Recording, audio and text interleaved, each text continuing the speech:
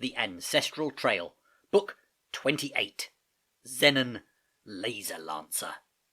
First published by Marshall Cavendish, 1993, based on a story by Frank Graves. Incapable of moving, Richard stared in horror at the splashes of acid on his arm. His protective metal skin was already beginning to sizzle, and yellow blisters were forming on its surface. His armour was disintegrating before his eyes. Richard desperately looked towards Robo. Hydronomizers, Robo explained in his monotone voice. Subterranean land guardians, expel concentrated acid at intruders. Immediate application of alkali required to neutralize acidic action. Well, where do we find alkali? Richard gasped in exasperation. Ammonia rain collects in pools on landscape, replied the robot. Richard looked towards Robo, who was also in desperate trouble. Evil-looking black smoke was belching from his metallic shell. It was then that he remembered the foul-smelling pools of liquid that were scattered everywhere over the landscape. "Quick, move to the ammonia pools!" Richard cried. They made it, just in time. Scooping up the pungent ammonia in his cupped hands, Richard doused it over his burns and then poured some over the robot. The sizzling intensified and then died away altogether. Richard looked down at his arm. The only reminder of his ordeal was a puckered scar on his armour. Robo, however, had not fared so well. A small drop of acid had seeped through the robot's metal casing. It had been neutralized by the ammonia, but the damage had been done. Somewhere within its delicate circuitry, a vital component had been damaged. System check reveals malfunction, Robo reported. Damage to memory banks. How bad? Richard asked in display. Impossible to compute extent. Suggest moving away from this area as soon as possible. Top priority. With Robo leading, the pair moved swiftly away from the hydronomizers. As he walked, Richard noticed that there was a new message on Robo's binary panel. He quickly translated it. It was not long before the landscape once more began to change. In a surreal sandscape of white, powdery plastic dust, the dour monotony was only broken by the occasional presence of an enormous rocky spike. These razor-sharp, jagged hulks sprouted from the ground at random and reached towards an oppressive, wind-swept sky, as if attempting to desperately escape the grip of the forbidding terrain. Richard shivered and suddenly felt homesick for the old ancestral world and all its strange inhabitants. Anything would be better than being stuck in this uncompromising and alien place. Out of curiosity, Richard approached one of the strange spikes. He had barely moved 3 paces when a flash of white light filled his vision, and the dust in front of him melted. He stood still in amazement. From behind the rocky spike, a brightly lit humanoid figure emerged. Richard stared in amazement as it moved its head around, searching for its prey. In its right hand it held a sharp spear, which appeared to be made from pure light. Zenon, Laser Lancer, said Robo from somewhere behind him. Light creature reacts to movement. Advise immobility. Do you mean keep still? Richard said. The question was answered by Zenon, who launched a deadly laser spear right at Richard's cowering form. The laser spear missed Richard by a hair's breadth. Remain immobile, Robo repeated his command. Will create diversion to make you safe. Move to nearby rock formation when Zenon's attention is distracted. Watching Robo intently, Richard did as he was instructed. The robot moved forward, and Zenon immediately spotted him. As more laser spears were launched, Richard leapt for the shelter of the rock. He huddled against its blackened, cold surface. Moments later, Robo joined him. They had underestimated their adversary.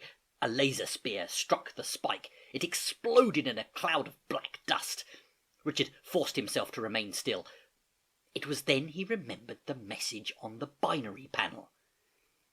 "Is there any part of you that can be used to reflect the laser spears?" he called to Robo. Affirmative, the robot replied. In the blink of an eye, Robo moved directly in front of their tormentor. Immediately more laser spears arrowed towards him. Robo's destruction seemed imminent. Then something totally unexpected happened. Instead of reducing Robo to a pile of useless scrap, the laser beam bounced off the robot. Somehow Robo had transformed part of his metallic head into a mirror panel. The deadly spears of laser light that had been aimed at Robo were now heading in the direction of Zenon. Zenon was taken unawares. The laser spears slammed straight into him. For an instant, nothing happened. Then a bright red glow appeared. It expanded until Zenon became a fluorescent fireball. Richard felt his hair start to singe. Then suddenly, Zenon imploded.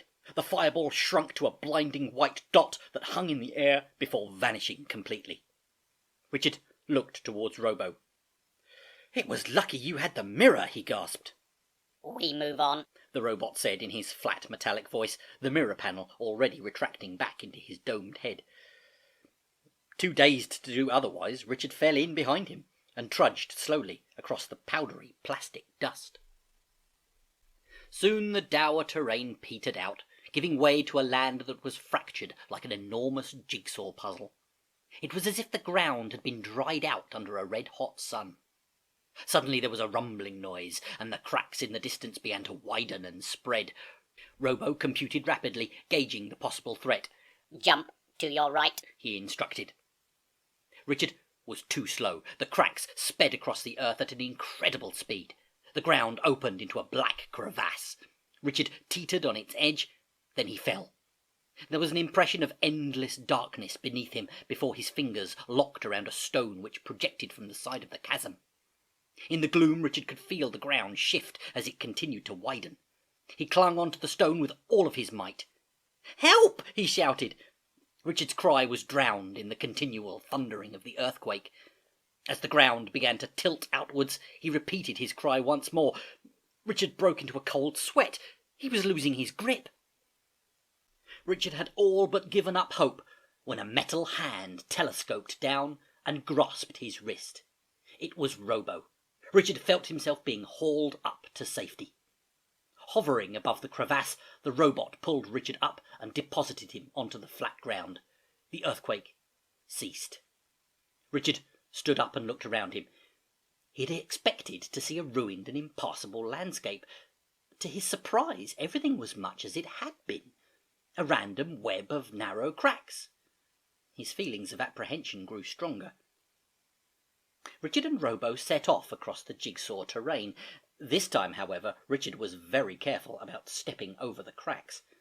He was relieved when they eventually dwindled away, to be replaced by a featureless vista of plain, flat rocks. In the distance, Richard could see a strange, silver-coloured shape. As they walked, it grew bigger, until Richard finally realised that he was looking at a vast ocean composed of molten metal. He went to investigate. "Warning," Robo said. "Ocean is comprised of mercury, lethally poisonous to all carbon-based organisms." Richard looked curiously at the silver lake and shuddered, lost in his thoughts. When he eventually turned to face his companion, to his horror he found he was standing alone on the cliff top. Robo was nowhere in sight. "Robo! Where are you?" Richard yelled as he looked around frantically. It was the second time that Robo had mysteriously disappeared. Richard looked around in vain for any trace of the robot. "Robo! Robo!" he called. Instead of a reply, he heard a low hum. He looked up and saw Robo riding a sleek metal machine that glided through the air. He waited as the robot steered the new acquisition towards him. "Cybercruiser, concealed in landscape," Robo said. Landing the craft beside Richard, the robot turned to him. "To speed up travel," Robo said. "familiarise yourself with Cybercruiser controls." Richard looked in delight at the machine. It had a curved fairing, foot bars, a neat joystick control, a comfortable driver's seat, and a perch at the rear to carry Robo. In front of the driver lay a console studded with an array of buttons. Robo gave him a quick rundown of their various functions, and Richard soon felt capable of driving the machine. "Can I take it for a test run?" he asked. "Affirmative. Use safety visor first, Robo said, gesturing at a shiny helmet that was placed near to the driver's seat. Richard climbed aboard and settled himself astride the seat. It was a little wide, but at the touch of a button it shrank to a comfortable width. Richard pressed another button, and a backrest rose up to nestle firmly behind his shoulder blades. He punched the ignition, and the cybercruiser lifted soundlessly into the air. He slid his thumb over a small lever on the joystick and pressed gently downwards. The cybercruiser moved slowly forwards. He slid the lever back, and the machine moved backwards. He turned the handles, and the machine carved a delicate arc through the air. "This is great!" Richard shouted. "It's like a magic carpet crossed with a Harley-Davidson motorbike." Robo looked at him blankly, his internal circuits whirring frantically. "Magic carpet and Harley-Davidson organisms unknown," he said eventually. "Further data required." "Forget it," Richard laughed. "I'm going to see what this thing can do." He pressed down the throttle and raced through the air. Behind him came Robo, doing his best to keep pace. The cybercruiser was amazing. At the touch of a button it could jump to an incredible height. A further touch and it could drop instantly to the ground. Pulling back the joystick increased the speed to a frightening rate. "Oh, mega!" Richard exclaimed. In no time at all, Richard was flying gracefully over the Mercury Ocean. It was the first time since his appearance in the cyber dimension that he was actually enjoying himself. Perhaps there was something to be said for this world after all. Flushed with adrenaline, Richard banked tightly to make the return journey. He was overconfident. Richard had forgotten to release the throttle before entering the curve. The cybercruiser tilted, then swung upside down as its internal gyro failed to cope with the impossible demands placed upon it. Richard felt himself sliding off. He clung tightly to the handlebars, but the weight made the cybercruiser veer even more erratically. It slipped and lurched in the air. Then, as its self-levelling mechanism asserted itself, it pivoted sharply. Richard lost his grip and dropped into the Mercury. It felt like it had been plunged into a bucket of icy mud. The Mercury was cold and smooth. It was also deadly poisonous.